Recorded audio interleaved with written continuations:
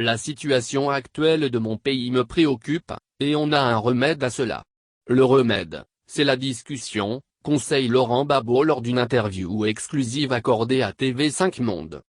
Depuis Bruxelles, Belgique, où il séjourne après son acquittement en première instance dans le cadre de son procès à la Cour pénale internationale, CPI. Depuis janvier 2019, l'ancien président ivoirien a invité la classe politique ivoirienne à dialoguer, à discuter, car il est toujours temps.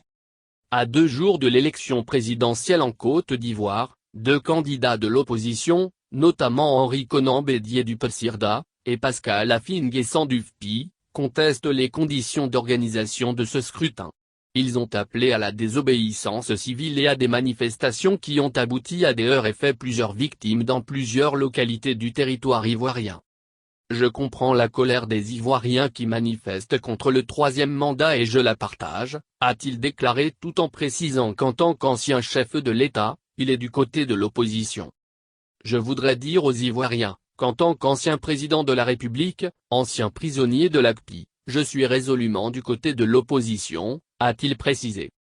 Aujourd'hui la date du 31 octobre approche, je vois que le querelle nous amène dans le gouffre et en tant qu'ancien président de la République, en tant qu'ancien prisonnier de la CPI, ancien homme politique connu, si je me tais ce ne serait pas responsable, estime Laurent Gbagbo dont le dossier de candidature à la présidentielle déposé par ses partisans n'a pas été retenu par le Conseil constitutionnel.